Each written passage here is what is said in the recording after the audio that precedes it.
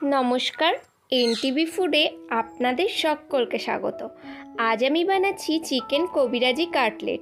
বিকেলে বা সন্ধ্যের দিকে টিফিনে এমন সুস্বাদু চিকেন কবিরাজি কাটলেট যদি পাওয়া যায় তাহলে মন্দ হয় না, আর সেটাও যদি হয় ঘরে হেলদি ওয়েতে বানানো, তাহলে তো আর কোনো কথাই নেই। কি করে বানাচ্ছি এই চিকেন কবিরাজি কাটলেট চলুন আপনাদের সঙ্গে শেয়ার করি। আমি এই রেসিপিটি আমার মতো করে খুব সহজে বানানোর চেষ্টা করেছি।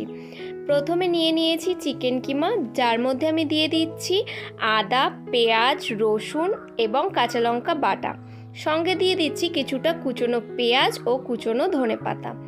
এর মধ্যে দিয়ে দিচ্ছি স্বাদ অনুযায়ী লবণ এবং ঝালের জন্য আমি এর মধ্যে দিয়ে দেব গোলমরিচের গুঁড়ো। যদিও এতে কাঁচা লঙ্কা বাটা ব্যবহার করা আছে, তাই গোলমরিচের গুঁড়োটা একটু বুঝে শুনে ব্যবহার করতে হবে। আপনারা চাইলে এখানে চিলি ফ্লেক্সও ব্যবহার করতে পারেন। এরপর সমস্ত কিছু খুব ভালো করে একদম মিক্স করে নিতে হবে।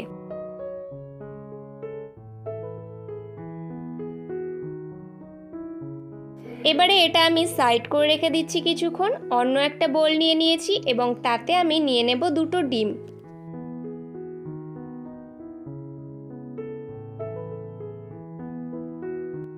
এবারে এই ডিমের মধ্যে আমি অ্যাড করে দেব 1 টেবিল স্পুন পরিমাণ কর্নফ্লাওয়ার।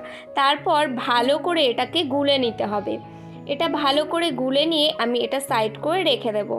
এবং প্রথমে যে আমি চিকেনের প্রিপারেশনটা তৈরি করেছিলাম সেখান থেকে খানিকটা নিয়ে তারপর আমি হাতের মধ্যে একটা শেপ দিয়ে নেব। আপনারা যে কোনো কাটলেটের শেপ দিতে পারেন, গোল, লম্বা, চৌকো, যে কোনো। আমি এখানে ডায়মন্ড শেপ করে তৈরি করে নিচ্ছি। তারপর এটা আমি ব্রেড ক্রামে কোট করে নেব।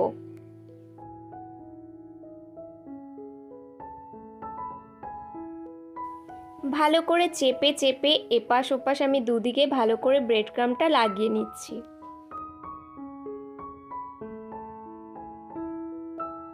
এটা তৈরি হয়ে গেছে। এরপর আমি একে একে সমস্তগুলো তৈরি করে নিচ্ছি। তারপর এগুলো আমি ফ্রাই করব।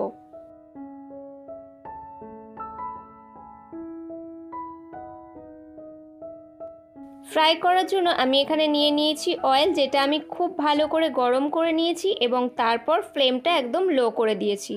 এরপর একে একে কাটলেটগুলো আমি এর মধ্যে দিয়ে দিচ্ছি। প্রথমে লো ফ্লেমে এগুলো একটু ফ্রাই করে নিতে হবে দুদিকটাই।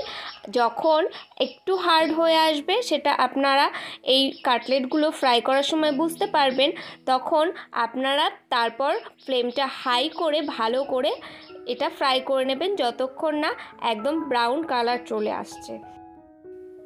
এরপর যে ডিমের গোলাটা আমি তৈরি করে রেখেছিলাম কর্নফ্লাওয়ার দিয়ে, সেটা নিয়ে নিতে হবে এবং ফ্লেমটা একদম লো করে আমি এখানে ডিমের গোলা থেকে খানিকটা নিয়ে হাতের সাহায্যে এভাবে দিয়ে দিচ্ছি কড়াইয়ের মধ্যে।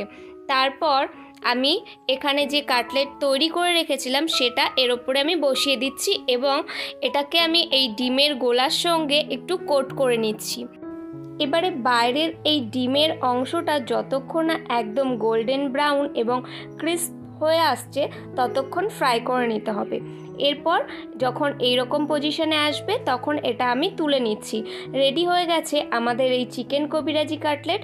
চলুন এবার প্লেটিংটা তৈরি করে নিই। নিজস্ব ইচ্ছা মতো প্লেটিং সাজিয়ে নিলেই রেডি।